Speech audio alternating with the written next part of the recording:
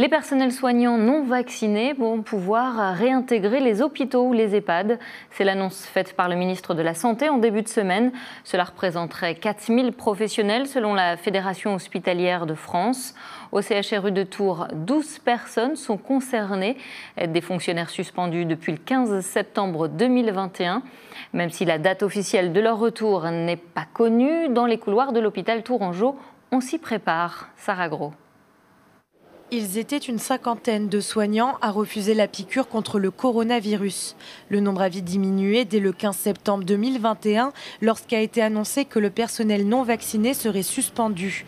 Une douzaine de personnes sont encore concernées. La nouvelle ne semble pas déranger les tourangeaux. Le Covid étant moins sévère que ce qu'il était, je trouve ça un petit peu aberrant dans le contexte où il n'y a plus assez de soignants dans l'hôpital de mettre à l'écart certains patients, certains soignants. Disons qu'avec le masque, déjà, on risque moins. Mais non, moi j'ai confiance. Selon les services, je peux comprendre la nécessité de réintégrer. Mais ce n'est pas forcément quelque chose qui a sa place dans tous les services. Et selon la présidente du collectif 37, Notre Santé en danger, certains se hâtent de remettre leur blouse.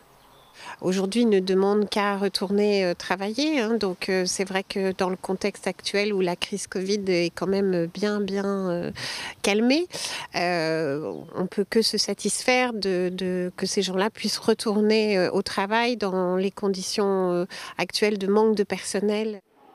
La décision satisfait aussi la direction de l'hôpital de Tours qui désire renforcer ses effectifs. Mais il s'agit avant tout de renouer avec le personnel concerné.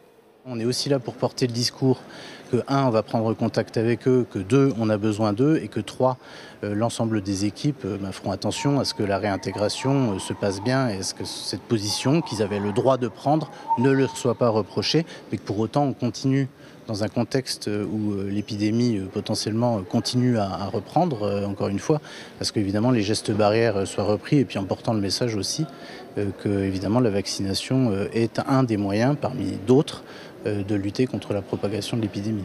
La suspension n'a pas été sans conséquences pour les soignants non vaccinés, car faute d'emploi, ces fonctionnaires n'ont touché ni salaire ni chômage. Certains ont même été contraints de se tourner vers un autre travail. Désormais, les soignants désireux de réintégrer les effectifs devront attendre l'approbation du gouvernement.